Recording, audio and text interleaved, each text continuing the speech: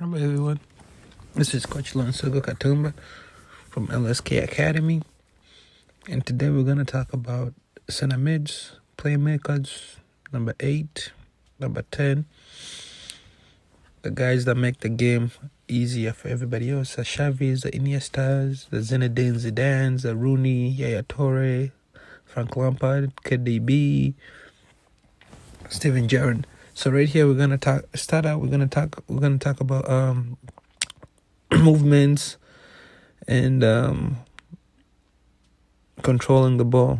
So at the beginning you can see how Zidane is standing. It doesn't do a lot of running, when you at the beginning. So positioning is very, very key. Position is very key. You got to be able to position yourself in the right positions as a number 10. You don't want to be a number 10 who drifts too much wide. You can go out there, as you can see him. He goes there sometimes when he needs to. But you have to be positioned centrally most of the time.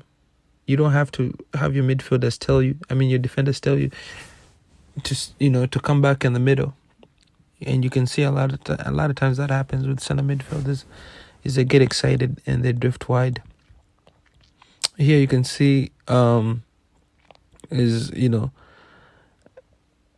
what he does is he's good on the ball. So he runs on the ball a lot. He's comfortable on the ball. Even if he's defended by 3 guys, as you see right here, he still has the ability to control the ball, pass the ball, move the ball. So as your number 8 and number 10, sometimes depending on what team you're playing on, if you're playing on a team that plays a tiki-taka, that's how you're going to play. If you're playing on a team that plays a long ball, and that's how you're going to play. If you're playing on a team that does a lot of counterattack, that's how you're going to play. So a lot of times your midfielders you will play concerning how the team plays. You can find a very good midfielder, but because the team is a team of a running team, he'll play like that. If it's a passing team, he'll play like that. So what I've noticed is a lot of times, a lot of coaches ask their midfielders and number 10 to play 1-2s and become a one-touch player. And number 10 is not really a one-touch player. That's your number 6. Those are the guys that, play one-touch, two-touch, one-touch, two-touch. Because the number 10, you're required to move the ball from the back to a front. Here's a drill I usually do. So you play 1, 2, 3, 4 touches, and then you turn. You run with the ball. It's a drill you have to do so that you can change the speed, change of direction. As your number 10, you're required to move that ball forward. So if you're a guy that keeps on playing, one touch and you play back to your center back and you get the ball and you play one touch back to your center back or back to your left back or right back, you're not progressing. You're not going forward. That's the job of a number 6. So you need to be able to get the ball and take on a player, beat one player, beat 2 players, and then, open space for your teammates. You can see right here, Xavi. So he comes in, he plays one touch, and then right away he moves away so that he can receive it and then go forward. Look at that. One touch, he's playing one touch right here, one touch, bam, and then he moves out of the way, and then he receives it, he gets it back, and then he can play. So that's how your number 8s and your number 9s are.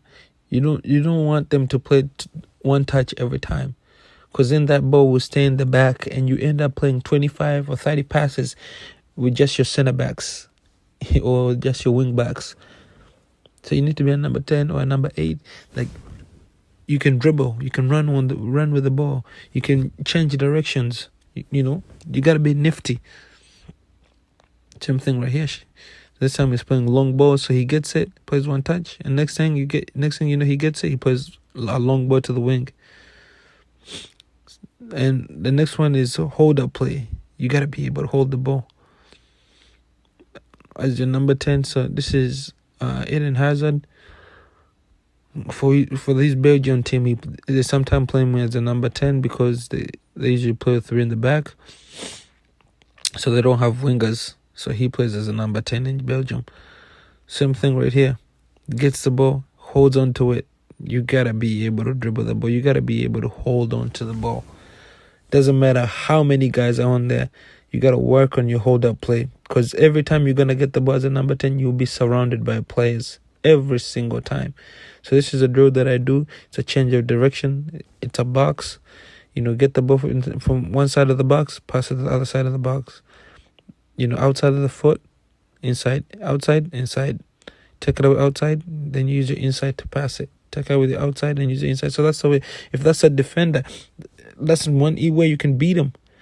So you don't have to do a lot of scissors. You don't practice. You don't need to practice a lot of scissors, a lot of fancy dribbling skills. You just need to practice body feints and faking one side and going the other side. Drags like what Iniesta just did right there. That's a drag. So little moves like that, and obviously, as any midfielder, you got to practice on your passing. But what's most important is when you're passing, you have to do drills that requires you to move. It's a passing drill, but you also have to be moving. You don't want to do a stagnant passing drill where you guys are passing the ball in lines. Make it realistic. Make it like a real game.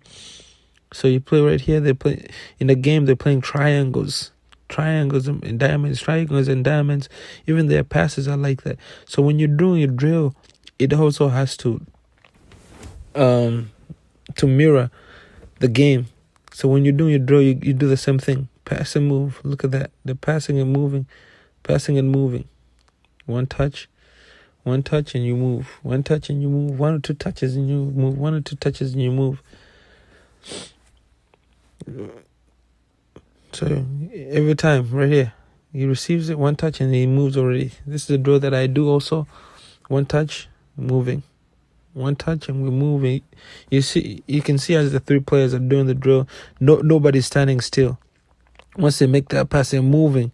They keep on moving. It's a triangle, and every person, get a touch of the ball. Every single one of them get a touch of the ball. And that's one way you can get your team to to do some passing. Here's a drill you can do.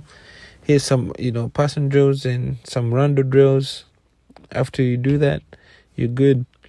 This is Lone Sogo Katumba Academy from LSK Academy. Hit me up on Instagram, Facebook, WhatsApp, YouTube.